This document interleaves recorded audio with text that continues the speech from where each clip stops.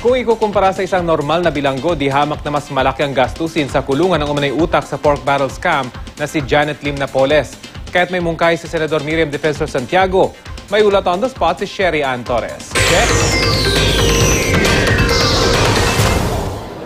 Yes, Rafi, dahil wala naman daw makuha ang impormasyon kay Janet Lim Napoles ang pamahalaan tungkol dito sa 10 billion peso pork barrel scam, inirekomenda ngayon ni Senadora Miriam Defensor Santiago na isa ilalim na lamang siya sa Pay for Stay program. Ito yung programa sa ilang estado sa US kung saan pinagbabayad ang isang preso o inmate kapalit ng maayos na pasilidad. Ang layo raw kasi ng sitwasyon ni Napoles sa ordinaryong preso na tinawag pa ni Senadora Miriam na isang rockstar. Ang isang ordinaryong inmate, 54 pesos lang kada araw ang budget ng gobyerno. Pero kay Napoles na nasa Fort Santo Domingo, 5,000 pesos kada araw. Sa isang buwan, pumapatak ang gastos kay Napoles sa 150,000 pesos. Samantalang 1,612 pesos lang sa ordinaryong preso.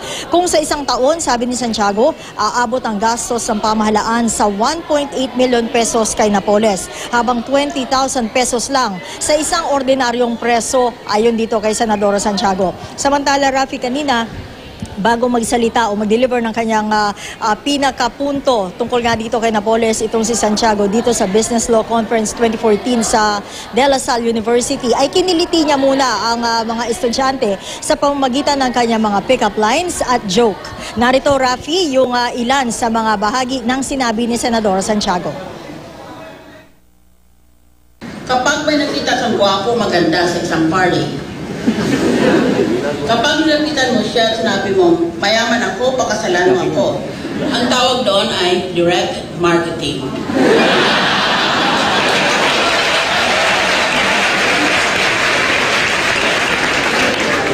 Kapag pinadala mo ang kaibigan mo para sabihin sa kanya na mayaman ka, gusto mo siyang pakasalan, ang tawag doon ay advertising. And finally, kung sinabi ng isang lalaki sa isang babae na mayaman ako, pakasalan mo ako, at sinampal siya ng babae, ang tawag doon ay customer feedback.